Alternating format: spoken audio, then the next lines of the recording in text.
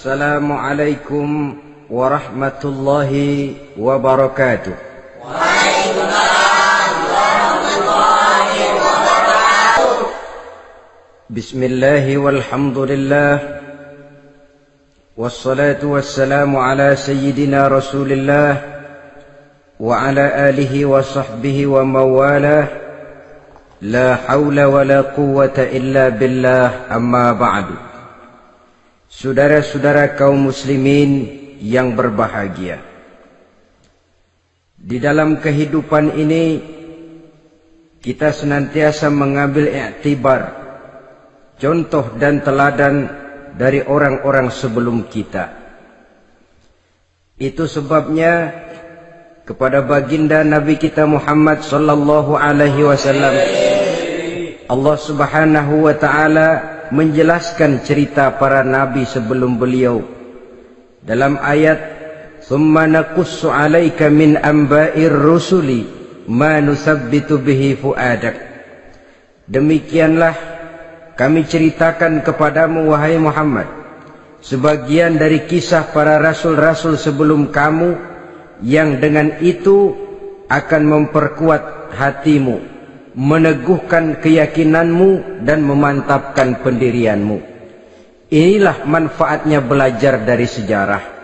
Jadi jangankan kita, baginda Nabi sendiri pun oleh Allah Subhanahu wa taala diceritakan sejarah para nabi sebelum beliau yang dimusuhi oleh umatnya, yang dicaci maki oleh kaumnya, yang terusir dari kampung halamannya, bahkan sampai ada yang terbunuh oleh umatnya. Itu seluruhnya merupakan iktibar manusabbitu bihi fu'adak, untuk memantapkan langkahmu, meneguhkan keyakinanmu dan menguatkan pendirianmu menghadapi perjuangan ini. Sehubungan dengan itu, pada pertemuan kali ini Al-Fakir ingin menyampaikan satu cuplikan kecil dari kehidupan seorang sahabat utama baginda Nabi, yaitu Sayyidina Umar ibn al-Khattab radhiyallahu anhu. Beliau adalah Umar bin Khattab bin Nufail bin Abdul Uzza dari suku Quraisy, golongan Bani Adi. Perawakannya tinggi, kekar dan gagah, melambangkan sifatnya yang pemberani, tegas, dan tidak pernah kenal takut kepada siapapun. Sebelum mendapat hidayah, Umar bin Khattab termasuk orang yang berdiri di barisan orang-orang yang memusuhi umat Islam. Ia terperangkap dalam tradisi jahiliyah, di mana gemar berperang dan bermabuk-mabukan juga merupakan hal-hal yang pernah dilaksanakan dalam kehidupannya sebelum beliau masuk ke dalam agama Islam. Oleh karena itu, dalam kehidupan beragama, hidayah merupakan sesuatu yang penting. Bagaimanapun banyaknya dosa dan kesalahan yang telah dilakukan oleh seseorang, tidak seharusnya menyebabkan ia putus asa dari rahmah Allah. Sebaliknya, bagaimanapun banyak kebajikan dan kebaikan yang sudah dikerjakannya, tidak perlu membuat dia besar hati, puas, bangga, apalagi menjadi lalai karenanya. Sebab kita belum tahu akan bagaimana ujung perjalanan dari kehidupan kita ini. Saudara-saudara, kisahnya pun masuk Islam merupakan peristiwa yang menarik. Pada satu hari, dengan pedang terhunus, Umar bin Khattab menuju Darul Arqam, tempat di mana baginda Nabi biasa berkumpul dengan para sahabat. Melihat mukanya yang beringas, matanya yang nanar, orang sudah menyangka dan mengerti ini tentu akan terjadi pembunuhan. Dalam perjalanan menuju Darul Arqam, Umar bertemu dengan Nu'aim bin Abdullah. Nu'aim bertanya, "Ya Umar, mau kemana ente?"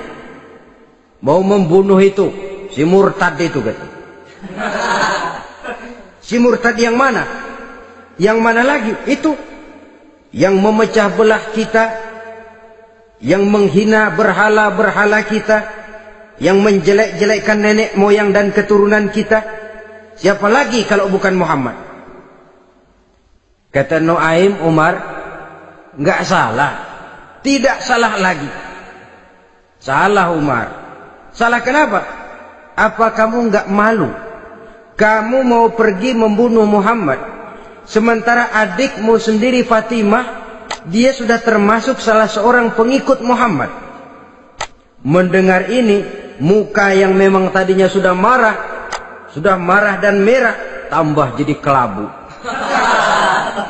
Bukan main mangkelnya Umar bin Khattab. Orang lain dia musuhi, orang lain dia kejar-kejar. Ini malah adiknya sendiri menjadi pengikut dari baginda Nabi. Tidak jadi menuju Darul Arqam, dia berangkat ke rumah adiknya Fatimah. Adapun di rumah Fatimah sedang berkumpul Fatimah, suaminya Sa'id bin Zaid, dan seorang sahabat Habbab ibnul Arad. Mereka sedang membaca Quran. Waktu itu Quran belum lagi dijilid macam sekarang, jadi masih merupakan suhuf atau lembaran-lembaran tercecer saja. Ketuk pintu. Ya tentu tidak assalamualaikum karena dia belum Islam. Tok, tok, tok. Siapa di luar? Umar. Mendengar suaranya saja, ini sahabat yang namanya Habbab ibnul Arad sudah lari ke belakang pintu. Sambil komat kamit baca doa mohon diselamatkan oleh Allah. Adapun Fatimah yang sedang memegang suhuf, lembaran tulisan Quran itu, menyembunyikan suhuf itu di belakang bajunya. Umar masuk. Fatimah, saya bang. Apa benar berita yang saya dengar? Berita apa itu bang? Bahwa kau sudah masuk Islam. Bang, andai kata Muhammad memang benar, bagaimana? Sudahlah, jangan belit-belit. Jawab saja, kau masuk Islam benar atau tidak? Ya. Saudara hadirin, begitu dikatakan iya, tangannya langsung melayang, menampar muka adiknya ini, sehingga mengalir darah dari hidungnya. Suaminya Sa'id bin Zaid yang mencoba melindungi istrinya, dipegang lehernya, dibanting, diduduki dadanya. Oh ini jawara ini.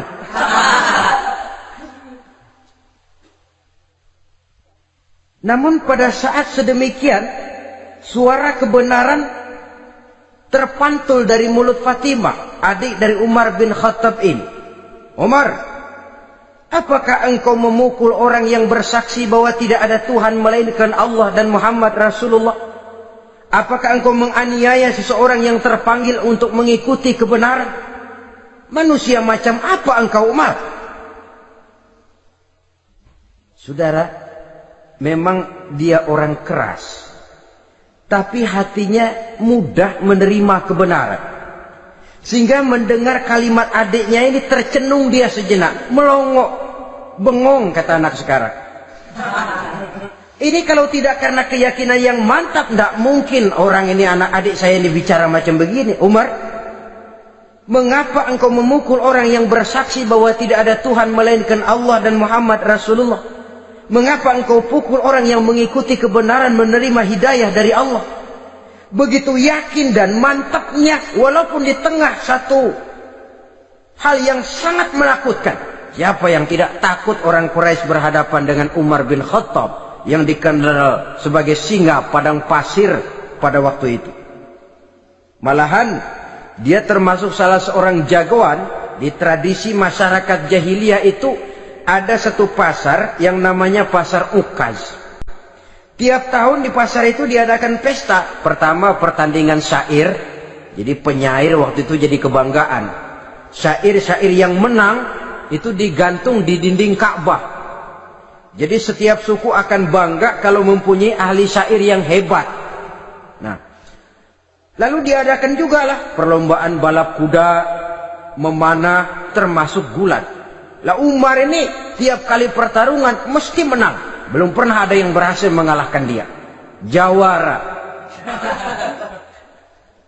Saudara-saudara, mendengar adiknya begitu mantap hatinya, apalagi ketika adiknya berkata begitu, suhuf, lembaran yang disembunyikan di belakang bajunya tersembul. Apa yang kau sembunyikan di balik bajumu itu? Suhuf. Apa suhuf itu? Lembaran Al-Quran. Coba saya lihat. Enggak boleh. Kenapa? Kamu kotor. Orang kotor tidak boleh megang Quran. Saya mau lihat. Enggak boleh. Kalau kamu mau lihat, mandi dulu. Diturutinya permintaan adiknya itu. Lalu diambilnya suhuf tadi. Dia baca. Kebetulan ayat yang dibacanya, ayat pertama dari surah Toha, yang berlanjut dengan ayat 14 pada surah yang sama. Dia baca. Bismillahirrahmanirrahim. Toha. Ma anzalna ilaikal Qur'ana litashqa illa tazkiratan liman yakhsha. Toha, tidaklah aku turunkan Al-Quran ini untuk bikin sukar manusia, melainkan merupakan pengingat bagi orang-orang yang takut kepada Allah. Lalu pada ayat ke-14, Innani anallahu la ilaha illa ana fa'budni. Sesungguhnya akulah Allah, tidak ada Tuhan melainkan aku, maka hendaknya hanya kepadakulah kamu menyembah. Wa aqimis sholata li dzikri, dirikanlah salat untuk mengingat aku. Inna sa'ata atiyatun akadu ukhfiha litujza kullu nafsin ma tas'a. Sesungguhnya kiamat itu pasti akan datang, yang sengaja waktunya kami tidak beritahukan kepada kamu semua, untuk kami balas segala setiap orang tentang apa saja yang telah mereka lakukan dalam kehidupan di dunia ini. Setelah membaca ayat ini, gemetar tangannya. Ah, ini sih nggak main-main ini. Ini belum pernah saya baca ajaran semacam ini. Tidak patut orang yang mempunyai kitab suci semacam ini dimusuhi.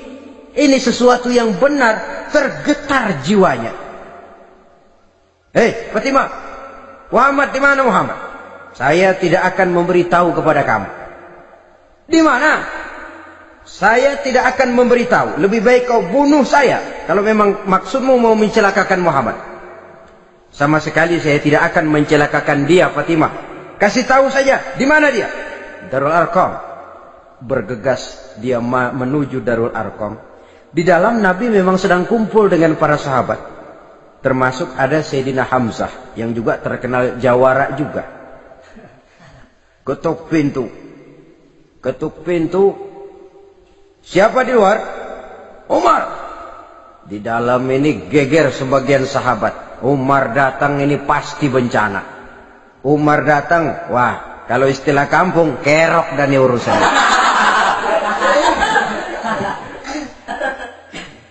Tapi baginda Nabi menenangkan mereka. Tenang, mudah-mudahan ada hikmahnya. Sayyidina Hamzah tampil, bukakan dia pintu. Kalau niatnya baik, kita terima. Kalau niatnya tidak baik, saya paling depan.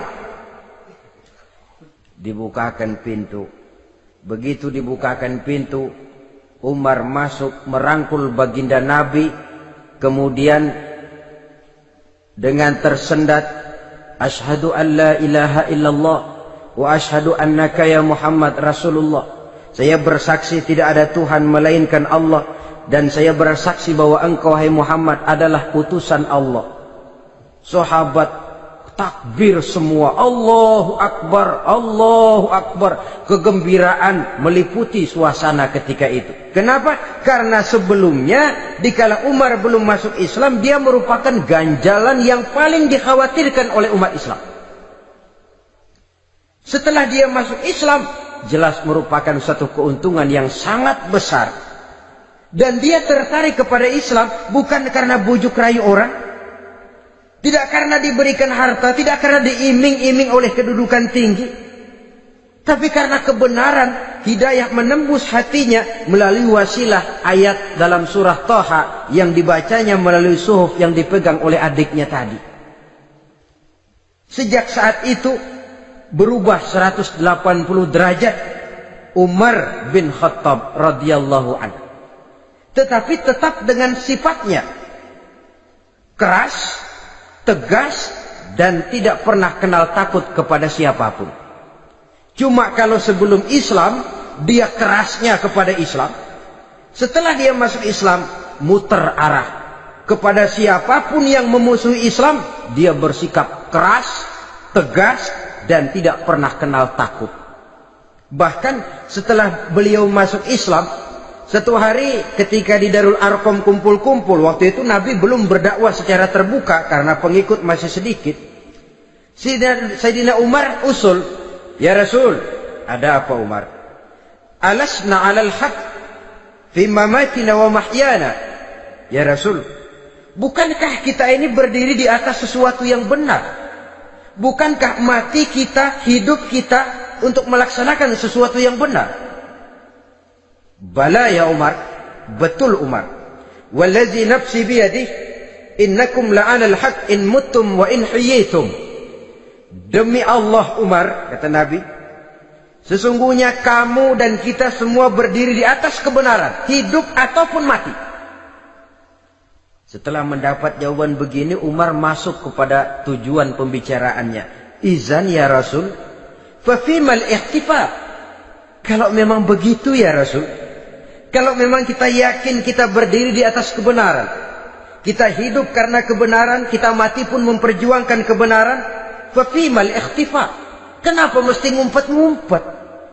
Kenapa harus sembunyi-sembunyi? Wallazi ba'asaka bil haq, demi Allah ya Rasul, la takhrujanna wa la nakhrujanna ma'ak. Tuhan harus keluar menyampaikan Islam ini secara terbuka, dan kami akan mendampingi Tuhan dengan segenap jiwa dan raga. Sekali masuk Islam gak tanggung-tanggung. Yang kayak begini ini yang kita perlukan sekarang ini. Begitu masuk Islam gak tanggung seluruhnya, jiwa dan raganya masuk Islam. Beliau yang pertama kali mengajukan ide, kenapa harus dakwah sembunyi ya Rasul? Wong kita berdiri di atas kebenaran, memperjuangkan sesuatu yang hak. Kalau kita mati, kita pun mati membela kebenaran. Kenapa mesti fafimal ikhtifa? Kenapa harus sembunyi-sembunyi? Mulai sekarang mari keluar ya Rasul, saya akan dampingi Tuhan, nyawa taruhannya. Saudara hadirin yang saya hormati, selalu dia tempat-tempat yang pernah dia melaksanakan maksiat sebelum dia Islam, selalu dia kunjungi sampai dia berkata, tidak ada tempat yang pernah saya melakukan kesalahan sebelum saya Islam yang harus saya tutupi dengan kebajikan setelah saya Islam sekarang ini. Bahkan ada satu riwayat menjelaskan beliau itu yang tinggi badannya, kekar perawakannya, gemetar orang ngadepin dia. Tapi beliau sendiri sangat mudah gemetar kalau sudah mendengar ayat-ayat Allah. Sehingga ada satu riwayat menjelaskan Sayyidina Umar itu setelah masuk Islam, kalau sholat kadang-kadang bila menoleh ke kanan beliau senyum, bila menoleh ke kiri beliau menangis berurai air mata. Ada orang bertanya, ya Umar, kenapa menengok ke kanan kau senyum, ke kiri kau menangis? Itulah kalau saya ingat jahilnya saya sebelum Islam. Adapun bila saya menoleh ke arah sebelah kanan saya tersenyum, teringat betapa dulu saya membuat berhala dari korma. Saya tumpuk-tumpuk, saya susun begitu.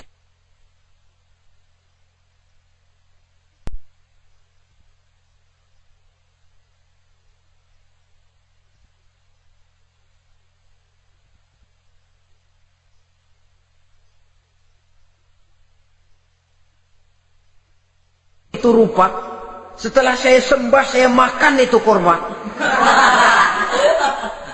Gagah betul saya waktu itu, sampai Tuhan pun saya makan. Adapun kalau saya menoleh ke kiri teringat putri kesayangan saya yang terbawa oleh tradisi jahiliyah, takut menanggung aib, merasa malu mempunyai anak perempuan, sampai dia terkubur hidup-hidup. Berurai air mata saya mengingat semua itu. Padahal Nabi sudah memberikan jaminan. Sebab saudara jangan lupa, orang kafir masuk Islam, dalam Islam itu dihitung dari bayi lagi, dari nol. Itulah untungnya. Jadi misalnya sudah 60 tahun, dari kecil sampai 60 tahun kafir, umur 61 masuk Islam. Nah, sejak umur 61 itulah yang dihisab oleh Allah. 60 tahun ke bawah gratis bersih pemutihan. Istimewa betul. Tapi jangan lalu diniatin, gua kafir aja. Nanti sudah tua-tua mau giliran mati baru Islam. Nah, itu diniatin lain. Ini yang karena faktor hidayah, saudara-saudara. Nah, cintanya kepada baginda Nabi luar biasa. Dalam setiap pertempuran beliau selalu di front terdepan.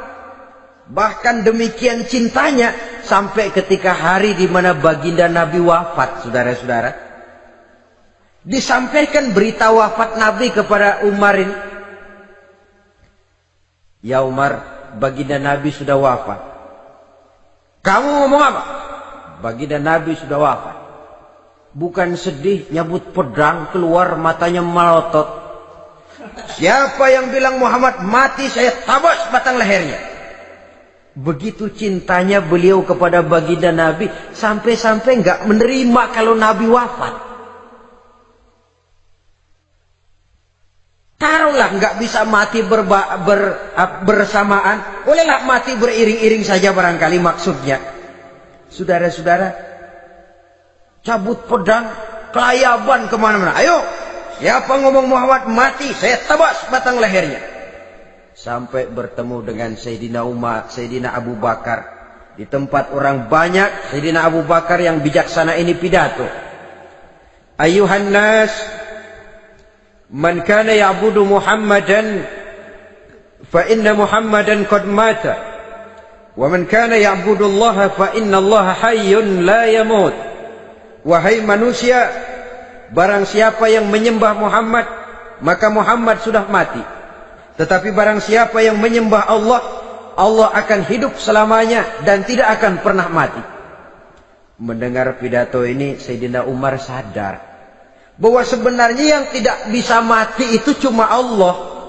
Bagaimanapun agungnya baginda Nabi, besarnya baginda Nabi, tinggi akhlak budi pekertinya Nabi, cintanya beliau kepada Nabi, toh Nabi manusia dan manusia harus mati. Kemudian dibacakan surah Ali Imran ayat 144. Wa ma Muhammadun illa rasul qad khalat min qablihi rusul afa immata aw qutilan qalabtum ala aqabikum. Muhammad tidak lain daripada manusia, telah datang kepadanya rasul. Apakah jika ia mati engkau kembali menjadi murtad atau mundur ke belakang? Mendengar ayat ini dibacakan, Sayyidina Umar sadar, berurai air matanya, menangis dalam kesedihannya. Ini cintanya yang demikian tinggi kepada baginda Rasulullah sallallahu alaihi wasallam. Begitulah seluruh kesalahan yang dia lakukan pada saat sebelum dia masuk Islam, berusaha dia tutupi dan dia tebus dengan segala kebaikan, pengabdian, perbuatan soleh setelah dia masuk Islam. Sehingga diajarkan oleh baginda Nabi, ittaqillaha haitsu ma kunta wa atbi'i sayyi'atal hasanata tamhuha wa khaliqin nasa bi khuluqin hasanin. Bertakwalah kamu kepada Allah, kata Nabi, dimanapun saja kamu berada. Jadi takwa tidak kenal tempat. Dimanapun saja kamu berada, bertakwalah kepada Allah. Di rumah takwa, di pasar takwa, di kantor takwa, di tengah orang banyak takwa, pada waktu sendirian takwa. Ittaqillaha haitsu ma kunta. Bertakwalah kau kepada Allah dimanapun saja kamu berada. Jangan takwa pakai tempat. Di masjid takwa, di kantor nyolong. Itu tidak haitsu makunta. Yang diajarkan oleh Nabi, dimanapun kamu berada, bertakwalah kepada Allah. Wa atbi'i sayyi'atal hasanah tamhuha. Dan iringi perbuatanmu yang salah dengan kebaikan. Jadi kalau satu saat terselip kita berbuat salah, cepat iringi dengan kebaikan. Tamhuha, dengan harapan kebaikan yang kita kerjakan akan menutupi dosa yang terselip kita lakukan. Ngomongin orang, astagfirullahaladzim, banyak istighfar. Istighfarnya mudah-mudahan bisa nutupin dosa karena ngomongin orang. Tapi jangan lalu tambah sulap. Ngomongin orang istighfar, terus ngomongin lagi istighfar lagi. Itu tentu tidak bisa dengan cara begitu. Barangkali terselip pernah mengambil harta orang tanpa alasan yang hak, imbangi dengan rajin sedekah misalnya. Barangkali pernah menyakiti hati orang, imbangi dengan perbuatan yang bisa menyenangkan hati orang lain. Itu namanya mengiringi perbuatan yang bersifat salah dengan kebajikan. Ini yang dilakukan oleh Sayyidina Umar. Setiap pelosok hampir dia datangi. Tempat-tempat di mana dia pernah melakukan kesalahan sebelum Islam, di sana dia tegakkan kebajikan dan kebaikan. Kegagahannya, keperkasaannya, keberaniannya sepenuhnya bulat-bulat sudah diwakafkan untuk kepentingan Islam. Saudara hadirin yang saya hormati, diperlukan orang-orang yang punya keberanian macam Sayyidina Umar. Berani karena panggilan hidayah, bukan berani babi. Babi berani juga babi, cuman nyeruduk. Artinya berani yang tanpa pertimbangan. Berani yang tanpa pertimbangan pada akhirnya akan menyulitkan kita sendiri. Beliau gagah, beliau berani, beliau punya kekuatan, beliau punya wewenang, dan itu dimanfaatkannya untuk menjadi backing baginda Nabi kita Muhammad sallallahu alaihi wasallam. La takhrujanna wa la nakhrujanna ma'ak ya Rasul. Rasul, keluar, sampaikan dakwah secara terbuka. Saya akan mendampingi Tuhan. Jika ada yang ganggu Tuhan, saya paling depan. Backing yang mendampingi Rasul untuk menyampaikan risalah Islamiyah ini. Saudara hadirin yang saya hormati, wa khaliqin nasa bi khuluqin hasanin, kata Nabi. Dan pergaulilah manusia dengan akhlak yang baik, karena dengan ini kau bisa mengambil hati orang. Dalam hadis lain katakan, innakum la tas'una an-nasa bi amwalikum walakin yas'uhum minkum bastul wajhi wa husnul khuluq. Kamu tidak akan bisa menyenangkan orang banyak dengan hartamu, tapi kamu bisa ambil hati mereka dengan budi pekerti yang luhur dan muka yang manis. Dengan harta belum tentu kita bisa menyenangkan semua orang, tapi budi pekerti yang luhur, muka yang manis, itu yang akan bisa membuat kau menyenangkan orang banyak.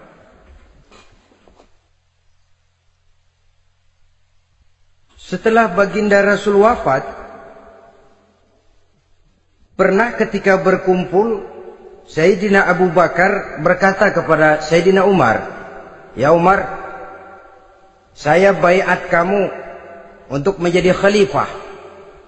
Jawab beliau, "Sayalah yang akan membaiat Tuan. Tapi Anda lebih utama dari saya, Umar. Keutamaan saya akan saya berikan kepada Tuan untuk mendukung kekhalifahan Tuan." Di sini kelihatan wataknya yang tidak ambisius. Gagah, berani, perkasa, tapi tahu diri. Enggak nyelonong. Tidak menggunakan kekuasaannya, kegagahannya untuk maksud yang sewenang-wenang. Oleh karena itu setelah Sayyidina Abu Bakar wafat, beliau dilantik menjadi khalifah, keluarlah pidatonya yang terkenal. Ayuhan nas, inni qad wullitu alaikum walastu bi khairikum. Hai manusia, aku telah dipilih menjadi pemimpin kamu. padahal aku bukanlah orang yang terbaik di antara kamu. Kalau tidaklah karena aku melihat keutamaan, keteguhan yang dapat melindungi kalian, berat rasanya aku memikul amanah ini. Sebab apa? Alangkah beratnya menunggu datangnya perhitungan di akhirat nanti terhadap Umar. Ini yang jadi motifnya memegang jabatan khalifah. Sungguh berat bagi Umar menunggu datangnya saat perhitungan. Sehingga seolah-olah kalau bisalah jadi Umar bin Khattab saja, jangan jadi khalifah kalau bisa. Tapi moya umat sudah kadang memilih. Sehingga benar kalau dalam satu hadis Nabi pernah mengajarkan jangan memberikan satu jabatan kepada orang yang memintanya. Sebab orang kalau sudah minta jabatan, apalagi pakai jilat-jilat, pakai upeti-upeti, tentu ada tendensinya. Ada batu di balik udang.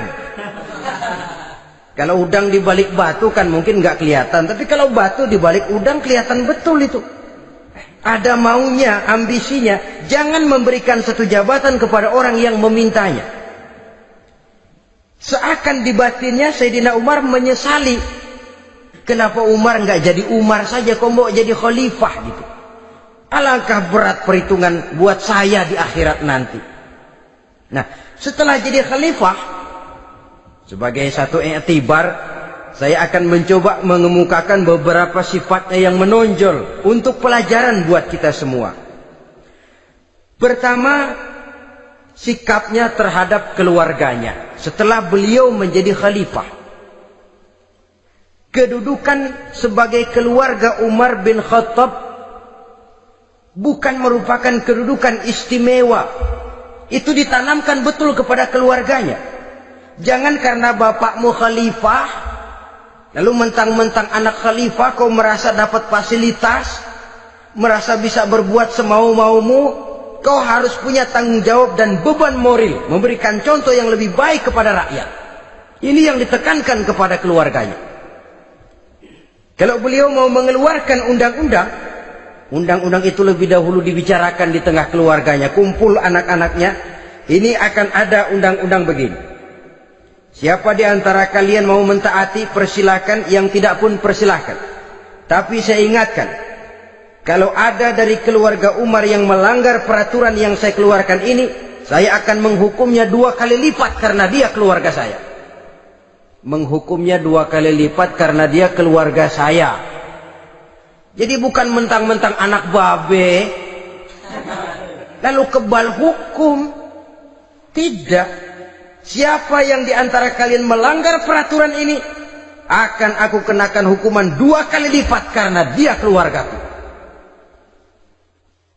Nah, saudara hadirin yang saya hormati, lalu berwibawa, dijaga betul keluarganya. Suatu hari beliau datang ke rumah putranya Abdullah bin Umar.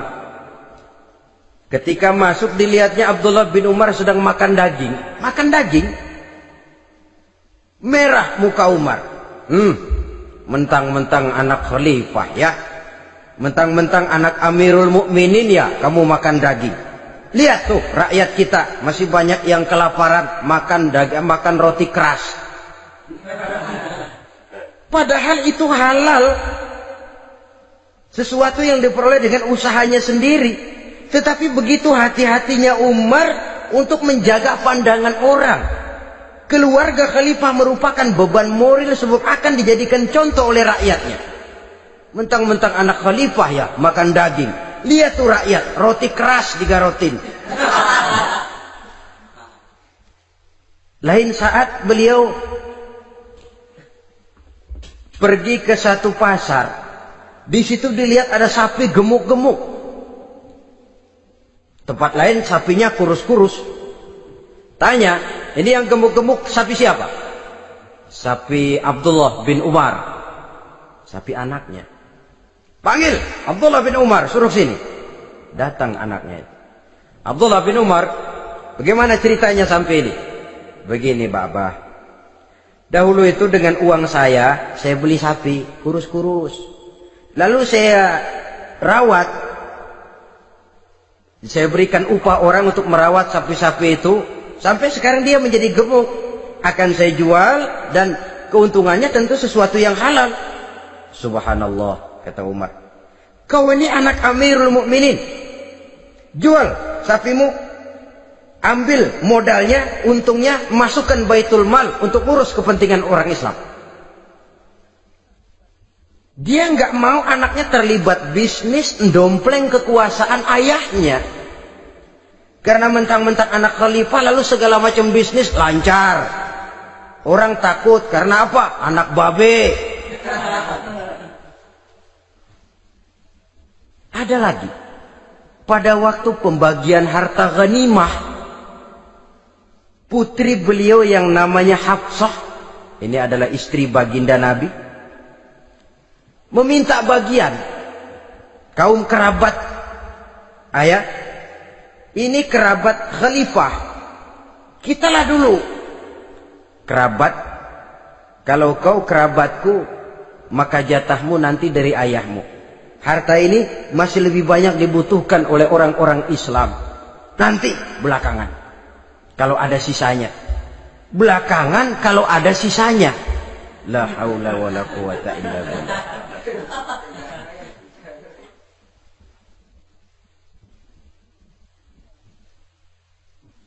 Saudara hadirin, itu terhadap keluarganya. Kemudian apa sifat-sifat yang menonjol dari kepemimpinannya?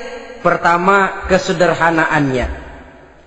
Beliaulah satu-satunya khalifah, Amirul Mukminin, setingkat presiden kalau sekarang, yang punya jubah cuma 2 dan 1 pun punya anaknya. Tambelan lagi. Pernah sholat Jumat terlambat. Beliau naik mimbar untuk khutbah, sebelumnya minta maaf dulu. Saudara-saudara, maaf saya terlambat nungguin baju kering.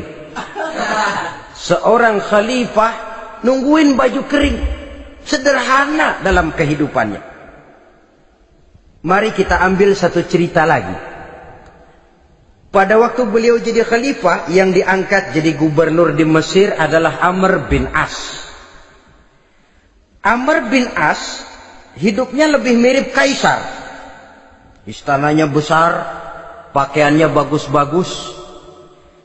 Nah, yang paling mengganggu pikiran Amr bin As, di sebelah istananya ini ada gubuk reot, kepunyaan orang Yahudi lagi.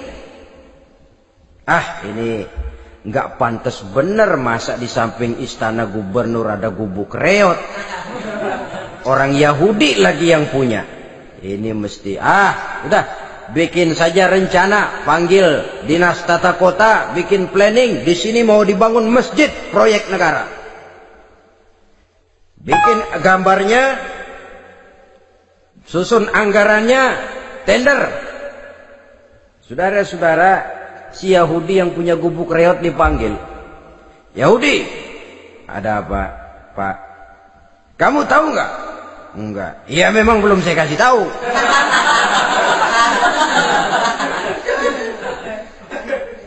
Ada apa, Pak? Itu kamu punya gubuk. Tahu? Kena proyek. Proyek apa, Pak? Kami mau bangun masjid besar di situ. Dan tidak sesuai ada gubuk reot di samping tempat gubernur. Jadi maksud Bapak, gubukmu, tanah-tanahnya mau saya bebaskan. Saya beli. Enggak mau, Pak. Saya enggak mau jual. Saya bayar 2 kali lipat. Enggak mau. 3 kali lipat. 6 kali lipat juga enggak mau, Pak. Saya dari muda peres keringat banting tulang cuma segitu-gitunya, Pak, tempat saya tinggal. Gubuk reot sama tanahnya sedikit. Makmur saya, Pak, cuma rumah sama sumur.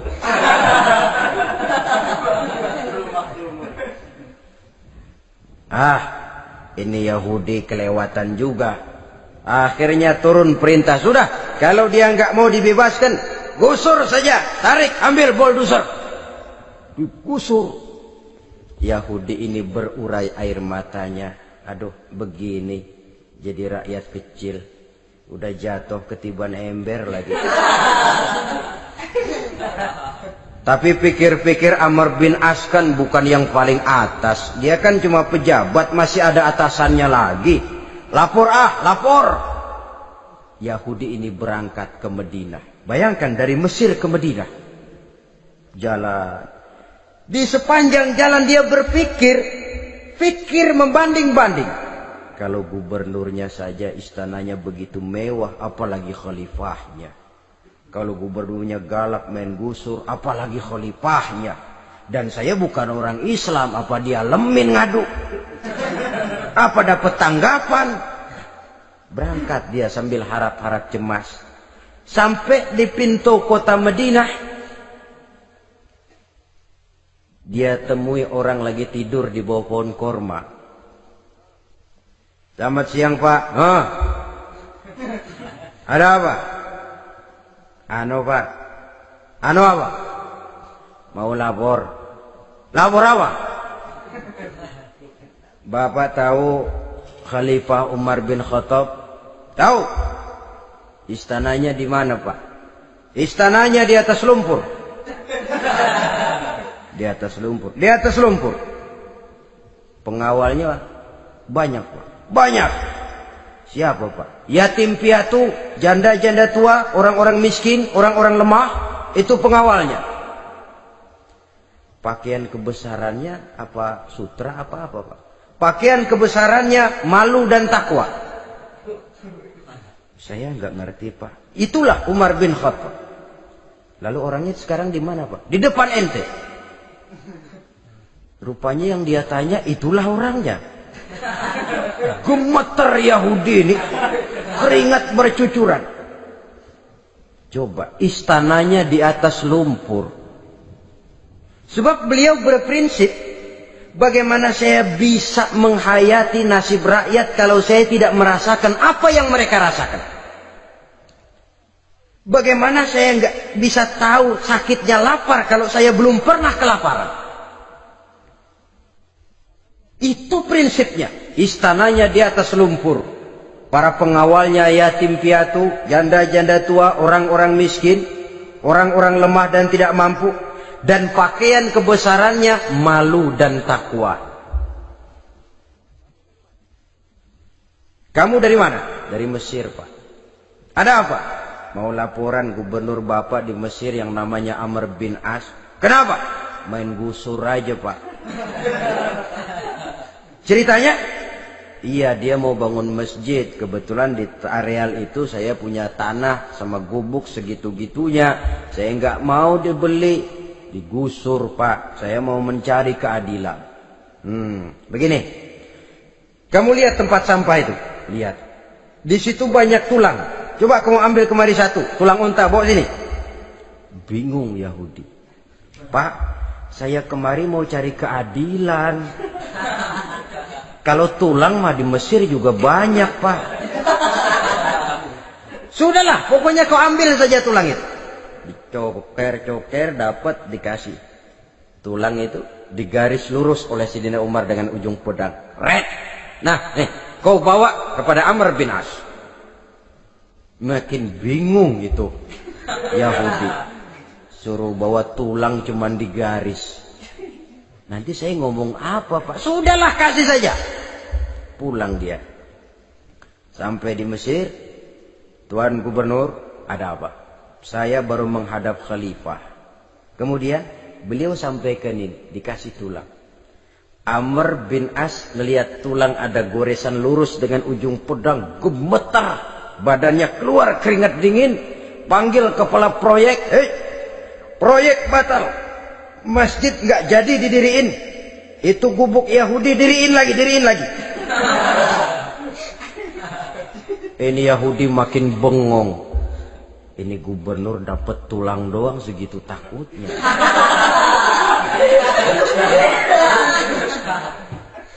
Ada apa sebenarnya Tuan Gubernur? Kamu tahu? Ini nasihat pahit buat saya dari Amirul Mukminin Umar bin Khattab. Seolah-olah beliau bilang, "Hai Amr bin As, jangan mentang-mentang sedang berkuasa ya. Pada suatu saat kau akan jadi tulang-tulang kayak begini. Maka mumpung kamu masih hidup dan berkuasa, berlaku lurus dan adillah kamu seperti lurusnya garis di atas tulang ini. Red. Lurus, adil, jangan bengkok. Sebab kalau kamu bengkok, nanti aku yang luruskan pakai pedangku. Siapa yang nggak ngeper digituin? Sampai akhirnya apa? Kata si Yahudi, Pak, kalau begitu Islam adil ya. Adil. Kalau gitu biarin dah Pak, tanah saya. Mau kamu jual? Bukan saya jual Pak, saya kasih aja dah. Campur gubuk-gubuknya, ambil aja dah.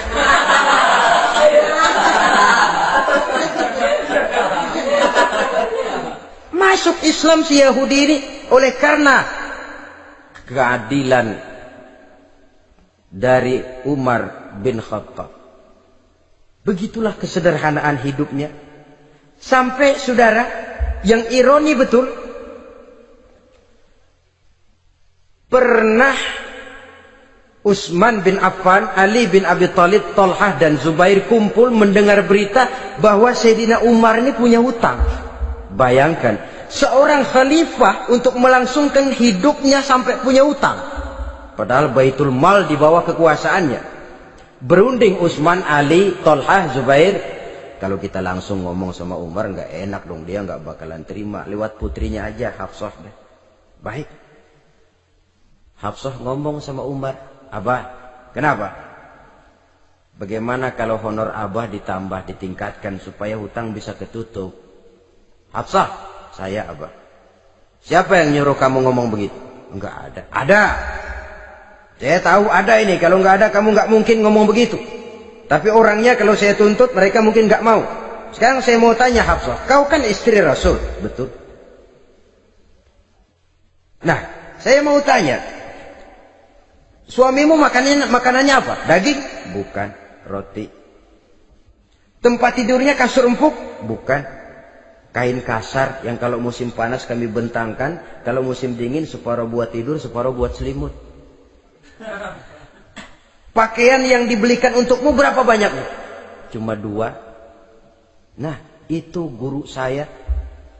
Orang yang paling saya cintai. Dan itu yang saya ikuti. Bahkan setelah beliau wafat, Sayyidina Umar ini, hutangnya ditanggungkan kepada anaknya Abdullah bin Umar. Dan itu pun dilunasi dengan menjual rumahnya. Sehingga rumahnya itu disebut Darul Qadha, rumah bayar hutang. Begitu kesederhanaannya. Jadi nggak pakai aji mumpung jadi khalifah lalu kayak ikan gurita, tangan yang mana aja megang. Itu kan mental monyet. Monyet itu kan begitu. Tangan megang kiri kanan, mulut ngawal, kaki megang, temennya dikasih masih ngerampas juga. Monyet rakus betul itu. Itu kesederhanaannya.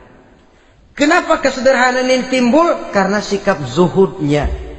Zuhud itu tarkud dunia li ajlil akhirah. Orang yang mengambil dunia hanya yang diperlukan dengan lebih mengutamakan kehidupan akhirat. Watak zuhudnya yang sangat menonjol. Dialah pahlawan yang paling berani di medan perang. Dialah imam yang paling khusyuk di masjid. Dan tidak jarang kalau sholat sendiri, begitu membaca ayat yang menceritakan neraka, nangis berurai air matanya.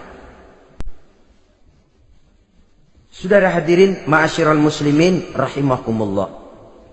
Jadi kesederhanaan dan kezuhudan ini bukan lewat teori disampaikan oleh Umar. Bukan lewat penataran seluruh aparat, tidak. Lewat contoh konkret, inilah saya, contoh sederhana dan zuhud. Bagaimana saya akan bisa merasakan penderitaan kalau saya sendiri tidak pernah menderita? Bagaimana saya akan tahu sakitnya lapar kalau saya belum pernah kelaparan? Maka tanpa penataran, tanpa upgrading segala macam, berhasil karena prinsip keteladanan. Beliau jadi contoh utama. Dan sumber utamanya tentu tidak lain karena contoh dari baginda Nabi besar Muhammad sallallahu alaihi wasallam. 2, sederhana, yang kedua zuhud. Yang ketiga, sifat yang menonjol dari kekhalifahannya adalah adil. Kalau sudah bicara soal hukum, dia tidak pernah kenal kompromi. Adalah seorang pemuka Nasrani masuk Islam. Namanya Jabalah bin Aiham. Ketika dia bikin haji, kain ihramnya keinjak orang Arab yang hitam. Badui. Jengkel. Dia merasa bekas tokoh. Enak aja nih orang udah jelek nginjak lagi. Ditempeleng orang tadi. Orang ini lapor kepada Umar. Panggil Jabalah bin Aiham. Panggil. Kau ditampar? Betul Khalifah. Tampar dia. Tampar lagi. Dipukul orang itu. Di depan Sayyidina Umar. Jadi tidak karena kau ini bekas kepala suku, kau ini bekas orang terhormat, lalu ada kebijaksanaan yang tidak bijaksana. Kebijaksanaan yang akhirnya jadi tidak bijaksana. Dan itu memang sudah dimulai dengan memblokir keluarganya. Tidak satu keluarganya pun yang boleh mempunyai perasaan bahwa menjadi keluarga khalifah merupakan fasilitas dan keuntungan. Kau jangan makan di atas punggungku. Kau jangan menikmati fasilitas di atas keringatku. Dan tidak ada keinginan mewariskan jabatan khalifah kepada anak-anaknya. Pernah beliau musyawarah. Saya bingung. Kenapa khalifah? Gubernur Kufah ini sulit nyari orang. Diangkat yang lemah, rakyat ngeluh. Diangkat yang keras, rakyat juga ngeluh. Ada calon khalifah. Kalau ini mah nggak salah lagi nih buat gubernur Kufah. Siapa? Abdullah bin Umar. Anak beliau sendiri. Melotot matanya. Jangan macam-macam kau. Cukup satu orang Umar memegang jabatan ini. Kalau berhasil, kami keluarga Umar sudah merasakannya. Kalau gagal, cukup kegagalan seorang Umar. Tidak berusaha mengorbitkan anaknya. Wah, anak babe diangkat jadi jadi ano. Tidak, malah diblokir. Cari yang lain. Tapi Abdullah bin Umar cukup syarat ya khalifah. Dia orang bertakwa dan soleh. Yang takwa dan soleh bukan cuma anak Umar. Anak orang lain juga banyak yang takwa dan soleh. Itu prinsipnya. Sehingga ketegasannya ini membuat orang jadi sungkan. Dan tidak seorang pun berani kirim-kirim upeti hadiah. Pernah itu ada pejabat dari Azerbaijan kirim makanan. Kue, mending apa? Kue. Gitu dicicipi enak. Enak juga ya kue ini. Enak khalifah. Ini di sana apa makan rakyat biasa? Bukan. Ini makanan orang-orang fit. Nah, dibungkus lagi itu kue. Dibungkus. Ontamu mana? Di luar. Ambil, bawa pulang, serahkan lagi kepada gubernur di sana, kasih tahu salam dari Umar bin Khattab. Kenyangkan dulu rakyat dengan makanan seperti ini. Kita belakangan. Jadi kalau rakyat lapar, saya orang pertama yang akan merasakan kelaparan. Tapi kalau rakyat makmur, biarlah saya menjadi orang terakhir yang kenyang. Kan bagus prinsip itu. Jikalau rakyat kelaparan, saya akan jadi orang pertama yang merasakan lapar. Tapi kalau rakyat makmur, biar saya jadi orang terakhir yang kenyang. Jangan dibalik. Pada saat rakyat kelaparan, dia kekenyangan. Dan selanjutnya, sikap keadilannya ini, saudara-saudara, menyebabkan hukum lalu jadi berwibawa. Pernah beliau jalan-jalan di lorong kota Madinah, di tempat yang namanya Harah bersama Aslam. Ada ibu-ibu, anaknya nangis, lapar ma, sabar dikit lagi matang katanya.